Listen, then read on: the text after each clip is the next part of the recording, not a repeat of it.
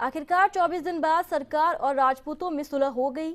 समझौता हुआ कि आनंदपाल एनकाउंटर और सुरेंद्र सिंह की मौत की सरकार सीबीआई जांच की अनुशंसा करेगी।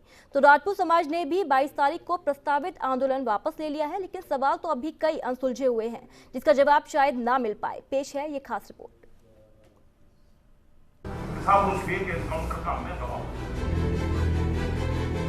आखिरकार आनंदपाल के एनकाउंटर के 24वें दिन सरकार और राजपूत समाज के बीच सुलह हो ही गई। सचिवालय में हुई वार्ता में गृह मंत्री गुलाब चंद कटारिया, मंत्री राजेंद्र राठौड़ और भाजपा प्रदेशाध्यक्ष अशोक परनामी के साथ राजपूत नेता गिरिराज सिंह लोटवाड़ा, लोकेंद्र सिंह सहित एक दर्जन राजपूत नेता मौजूद रहे। इस दौरान समाज और सरकार के बीच 7 मांगों पर सहमति बनी। तो राजपूत समाज ने 22 जुलाई को जयपुर कूच और आंदोलन वापस लेने की घोषणा की। प्रत्येक बिंदु जो इन्होंने हमको दिया था उस पर हमने डिटेल चर्चा की और लगभग सब पर हमारी और उनके बीच में सहमति बनी। सुरेंद्र की डेथ का जिसका पोस्टमार्टम अभी चल रहा है, इन दोनों एफआईआर के साथ ये सारा केस सीबीआई को भेजने की अनुशंसा राज्य सरकार करेगी। बाकी आगे का काम सीबीआई को करना है।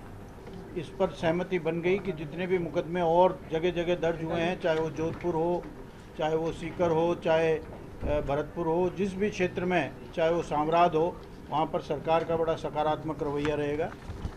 आनंदपाल की पुत्री को भारत लाने में भी सरकार की ओर से कोई कठिनाई प्रस्तुत नहीं की जाएगी और उसे सामान्य जीवन जीने के लिए और अपनी शिक्षा को आगे बढ़ा करके एक सामान्य नागरिक बनने में भी जो है वो सरकार सहयोग करेगी। आइए ग्राफिक के जरिए डालते हैं नजर जिन 7 मांगों पर सहमति बनी।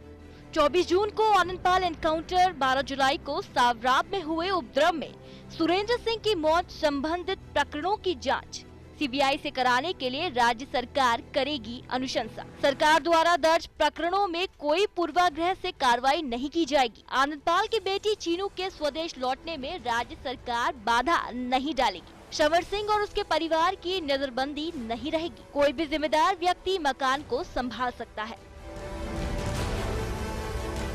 कमांडो सोहन सिंह के साथ परिवार भी मेदांता अस्पताल में।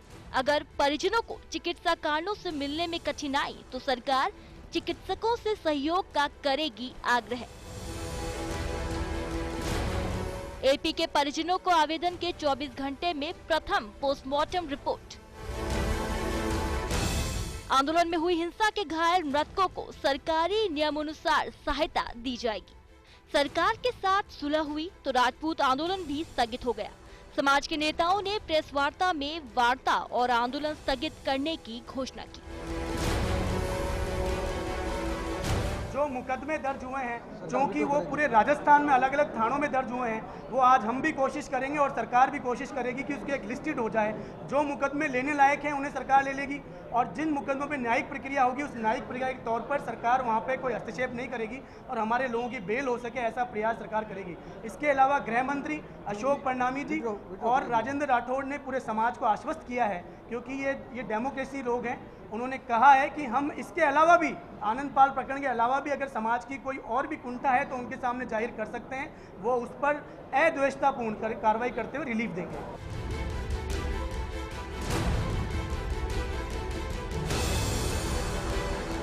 सवाल तो अभी कई अनसुलझे हैं। अगर सरकार को सीबीआई जांच ही करानी थी तो आखिर 24 दिन तक प्रदेश को आंदोलन के मुहाने पर ही क्यों झोंके रखा? क्यों आनंदपाल की लाश को इतने दिन तक अंतिम संस्कार से महरूम रखा गया? अब कई ऐसे सवाल हैं शायद जिनका जवाब ना मिल पाए।